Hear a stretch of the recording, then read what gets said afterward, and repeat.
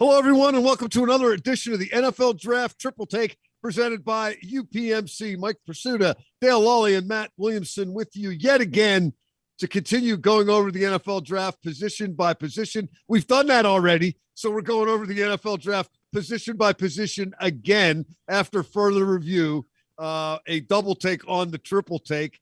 Today's installment, running backs. And if you've been following along at home, you know this by now, but in case you're just finding us, you might want to know that for the second look at things, position by position, we're not giving you our top five candidates. We're going riser, faller, and sleeper. And some interesting stuff at the running back position is really with all the positions. This, to me, is a fascinating draft. Maybe it doesn't have those headliners or those players, a couple three that everybody's over the moon about, but I think a lot of talent to be had starting at the end of April. We'll see who can get the best fits moving forward. Matt, I got to start with you again on running backs. I was giving you and Dale a lot of guff in one of our recent installments because you guys kept picking the same guys and slotting them in the same places, but we had significant agreement in our third mock draft, and our rising running back is the same guy. Oh, okay. And you'll like this too. At the end of my write-up for Dameon Pierce, my riser out of Florida, I gave an honorable mention to Michigan State's Kenneth Walker.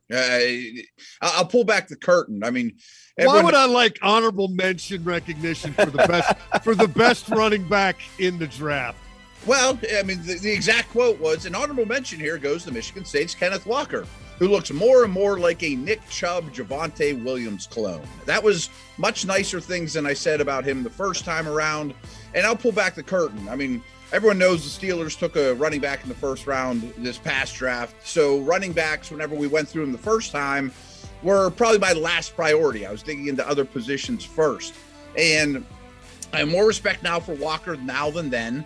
When I did my original top five, I had Pierce, who's my riser, as my fifth back from what I remember.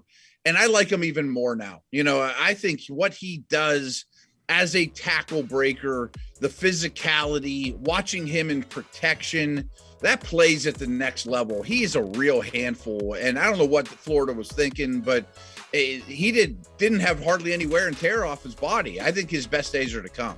Yeah, 329 carries in 4 seasons. Yeah. Which is really surprising to me. Maybe they've Emmitt Smith on the bench. I don't know, but you know. He had 16 touchdowns on 119 touches last season. 13 rushing, 3 receiving. He got a penalty for a personal foul. He continued to play without a helmet. It was what turned out to be a touchdown run against Florida State.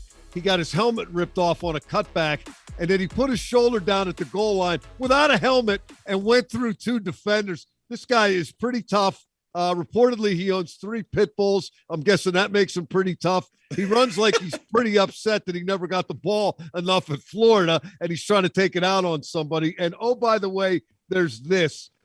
I found in a story he was asked why he played in Florida's bowl game against UCF, even though he had already been invited to the Senior Bowl. And, you know, a lot of guys opting out of the bowl games. Not Dameon Pierce. Quote, because I'm a Gator, bro.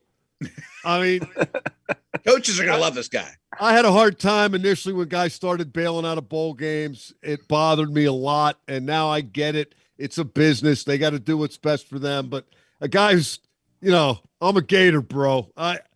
I feel that. I appreciate that. I know where he's coming from on that. It's just another feather in his cap. So he's my riser. And Dale, thankfully, you've got somebody else to talk about. I do, and that it's another guy who's very familiar to a name to a lot of people, but I didn't have him in my top 5 initially. That'd be Zamir White from Georgia, and I didn't think he was as fast as he is. Watching Georgia play, you know, he just kind of glides a little bit, and then he went out to the combine and ran a 4.40. Like, he's got home run speed. And then you look at the tape. I went back and looked at it again. I'm like, okay, now I see a little bit more of that. You know, he was a captain for Georgia on that team with 25 other pros. You know, he was a captain. Not an exaggeration. Right. Yeah. You know, he just, if you look at what the Georgia backs have done, you mentioned Nick Chubb. There's a little bit of that there. He's got good size at 6 foot 214. I think there's a lot of meat on the bone yet for this guy, and I think that he's going to be somebody that could be a nice mid-round hit. Speaking of 40 times, Dale, you and I in agreement on the faller, and that's Kyron Williams of Notre Dame. One of my favorite guys to watch, watching him play the games and looking at the highlights. But, boy, the combine was not kind. Not at all. Did a little better on Notre Dame's pro day, but he's a sub 200-pound guy, 5'9", $194. And we had, at least I had emphasized the first time we looked at running backs that it's becoming a big back league. That, the trend is for these pounding, bruising guys that can also run. And I just, if you're Kyron Williams, you better be super fast. And apparently he's not. Yeah, he's not. You mentioned the combine.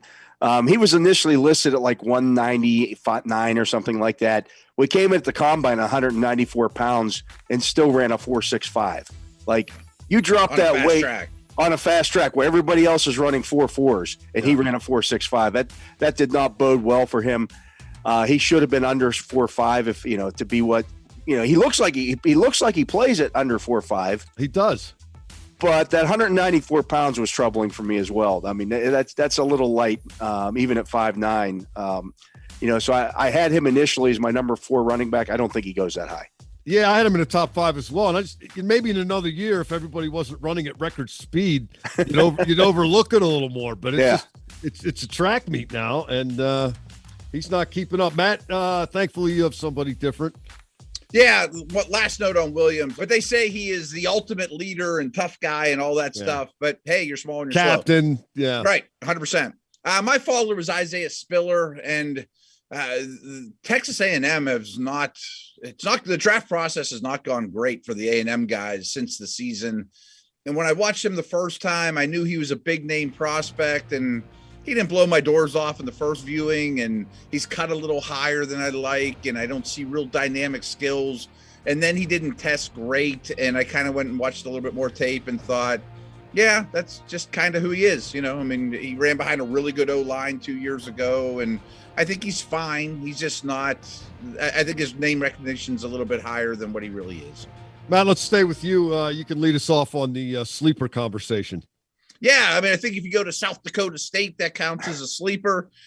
Pierre Strong, 4.37 in the 40, and he was over 200 pounds. He's not just a little dude. He is a compact, smooth guy, has a lot of upside in the receiving game. I think he's going to have a role right away. That's not something you say about South Dakota State dudes too often. Dale, you've got a different sleeper? Yeah, I got Zonovan Bam Knight out of North Carolina State, 5'11", 209, ran in the mid 4.5s, was an immediate impact guy. He was one of the top running back recruits in the country when he came out. He picked NC State, and he had over 700 rushing yards in each of his 3 seasons there, caught the ball well. He had 48 catches over the last 2 seasons, and also averaged over 30 yards per kick return and had 3 kick returns for touchdowns the last 2 seasons. So there's a lot there to like for a guy who's probably going to be a late roundish guy. Maybe you get him in the 5th, 6th, even 7th round, that he can come in and do a lot of different things for you. I went with a different guy as well, so we're 3 for 3 in terms of identifying different sleepers. A lot of backs out there. Well, that, and this is a guy I really wanted to talk about when I was researching the position the first time. I couldn't get him anywhere near my top 5, but fascinating story. Abram Smith of Baylor. In case people don't know who this guy is, he's a guy who in the 2020 season was playing linebacker for Baylor. And in the 2021 season, he led the Big 12 in rushing with 1,601 yards. He started out as a running back, barely saw the field or got the ball in 2 years, went to linebacker, 40-something tackles and a sack, goes back to running back and dominates. I think it's a great story, 6 foot, 213 pounds. I've mentioned to you guys a couple of times the kind of man crush I had on the Baylor program this year, just watching them play. They play a brand of football that agrees with me. I think they're becoming pretty consistent in terms of what they produce. And here's, last but not least, this is maybe the whole reason I went here subconsciously. Think of the advantage if you have Abram Smith as your running back. In case there are fumbles or interceptions, he'll be a sure tackler on the returns because he used to play linebacker. So, We'll prevent those defensive scores. Can't, That's important. Yeah, you don't have to project him as a special teams guy running down and covering kicks, those kind of things, which you'd like out of your backup running backs. Yeah. And I think he'll be able to deliver. That's going to do it for our second look at running backs. I want to remind everybody that you can catch these shows on all of the Steelers social media platforms. Thanks for finding us for this one. However, and wherever you found us, we will be cranking it up again sooner rather than later. So until then, for Matt Williamson and Dale Lolley, I'm Mike Prisuta. You've been listening to the NFL Draft Triple Take presented by UPMC.